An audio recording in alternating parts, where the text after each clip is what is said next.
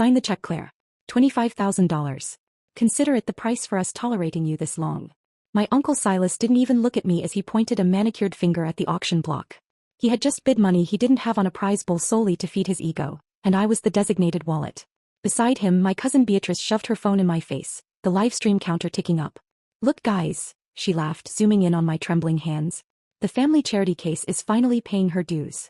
I stood frozen, the checkbook heavy in my hand, while the entire Texas elite watched me pay for a vanity project that would bankrupt me. Have you ever been forced to pay for someone else's ego? Tell me your story in the comments. I read every single one. I signed my name. The ink looked black, but it felt like blood. $25,000. That was the down payment for my veterinary clinic. That was my freedom. Gone in a single second because Uncle Silas couldn't bear to lose a measuring contest with a neighbor. My name is Clara and I am 28 years old. I am a licensed doctor of veterinary medicine, top of my class, capable of performing complex surgery on a 2-ton animal. But in this family I am simply the spare part. The one they keep around to fix the messes the thoroughbreds leave behind. As I handed the check to the auction clerk, I saw Silas winking at his friends. He didn't even say thank you. He just snapped his fingers at me. Go check the trailer, Claire. Make sure my investment is comfortable. His investment. Bought with my money. You might wonder why I did it. Why I didn't just throw the pen in his face and walk away. It's a valid question. But abuse isn't a sudden explosion. It is a slow, methodical erosion. Psychologists call it the trap of normalized cruelty. It's when a family unit slowly desensitizes themselves to their own malice. It starts small. A forgotten birthday. A snide comment about my clothes. A demand to work on Christmas while they opened gifts. Over 20 years they didn't just learn to treat me like a servant. They learned to believe it was the natural order of things. To Silas and Aunt Marion, hurting me isn't cruelty. It's just how the world works. I am the resource. They are the consumers. You don't thank a hammer for driving a nail, and you don't thank Clara for draining her life savings to save the family name. They had successfully trained me to participate in my own destruction.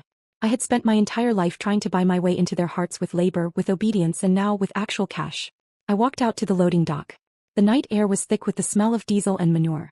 Inside the luxury viewing box above me I could see them.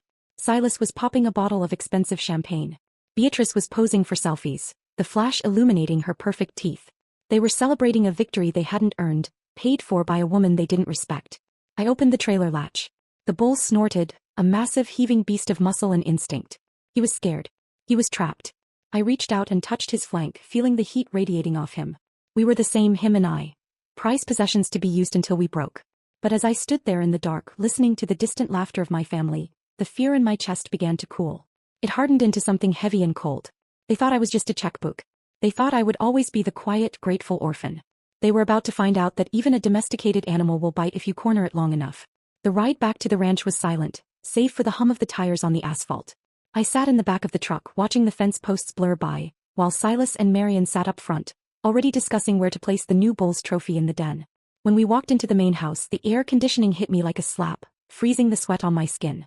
I tried to slip away to my room, the small guest quarters off the kitchen that had been my designated space for 20 years, but Marion's voice stopped me cold. Don't you dare walk away with that sour look on your face, Clara. You should be proud. Tonight you actually did something useful for this family. She stood there, slipping off her diamond earrings, looking at me with pure disdain. Silas poured himself a scotch, nodding in agreement. Your aunt is right. You moped through the entire transaction. It was embarrassing. If you're going to contribute, do it with a smile. We put a roof over your head. We gave you a purpose.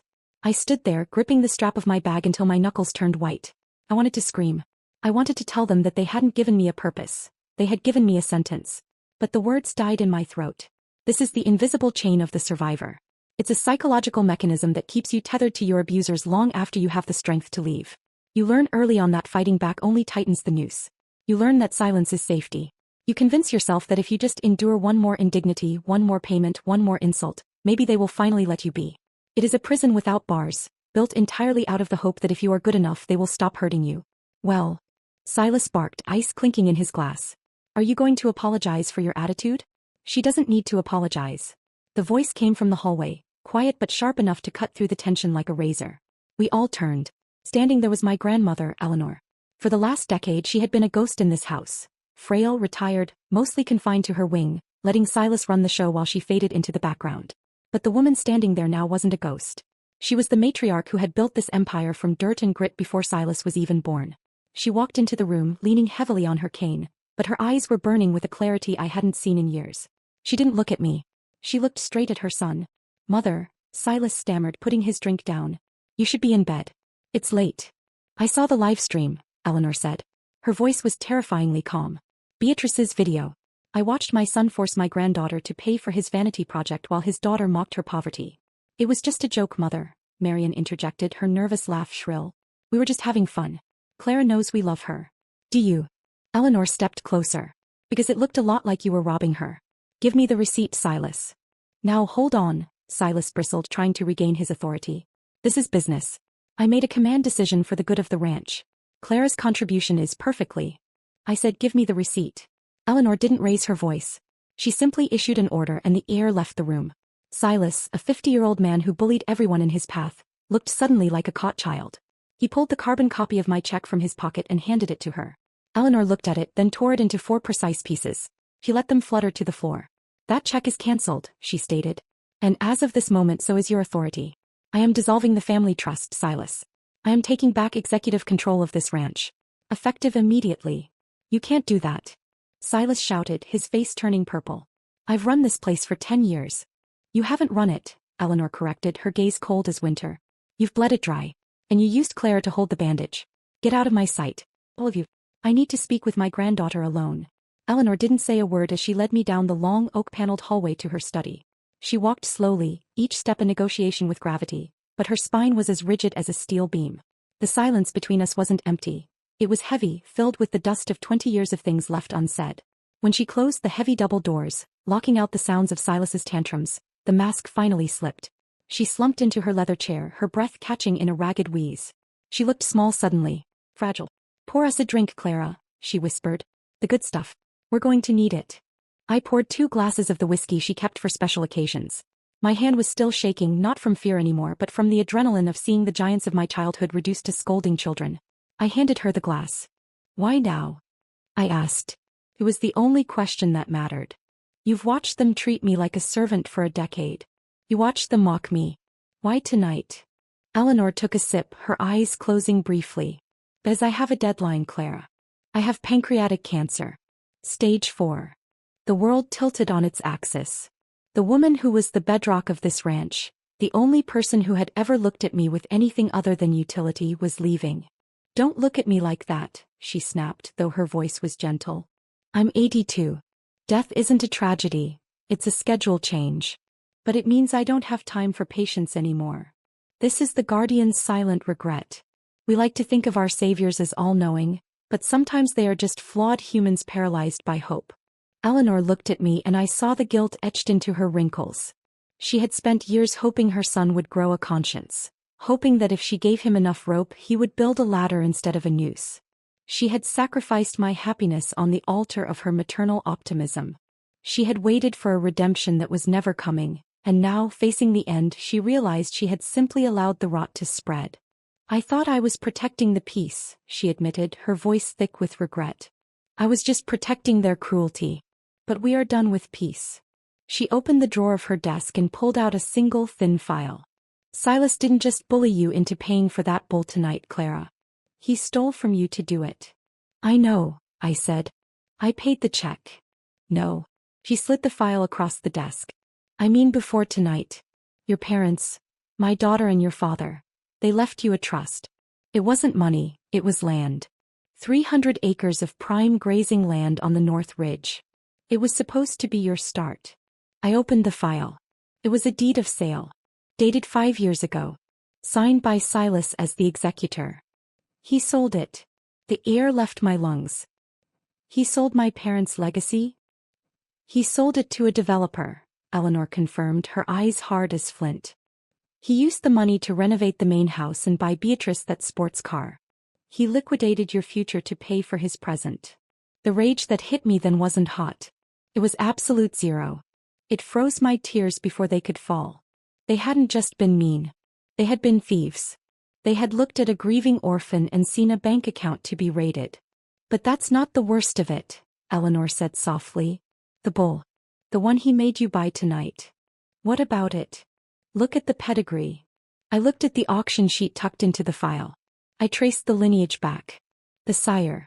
The grandsire. And then I saw it. The name of the foundation sire. Obsidian King. That was your father's bull, Eleanor said. Your father spent 10 years breeding that line. He built it from nothing. It was his pride and joy. Silas didn't just force you to pay for a random animal, Clara. He made you buy back your own father's legacy with money you earned fixing the animals he breaks. It was a cruelty so specific, so tailored, it took my breath away. Silas knew. He knew exactly what that bloodline meant. He had taken my money, my land, and now he was mocking my dead father's memory for sport. I stood up. The glass in my hand felt heavy like a weapon. What do we do? I asked. My voice didn't sound like mine. Sounded like hers. Eleanor smiled, and it was a terrifying thing to witness. We don't do anything, my dear. We let them think they're fighting a war for money. They don't realize they're fighting a war for survival. Tomorrow morning I'm calling my lawyers. By noon, Silas won't just be out of a job. He'll be answering for every acre he stole. The cease and desist letters arrived at 8 the next morning. By 8:05 every family credit card was dead. By 9 they finally understood that their 20-year money flow had been shut off. Most families would panic or apologize. Mine declared war. Knowing Eleanor's paperwork was airtight, they abandoned court and turned to the one arena where truth is optional: public opinion. Beatrice led the attack. Instead of ranting online, she appeared on the biggest agricultural podcast in Texas, painting me as unstable and accusing me of manipulating a dying woman and committing elder abuse. It was flawless gaslighting. She made herself the savior and me the villain. Within hours, my clinic page filled with fake one-star reviews and outrageous claims. My career was being burned down before it began.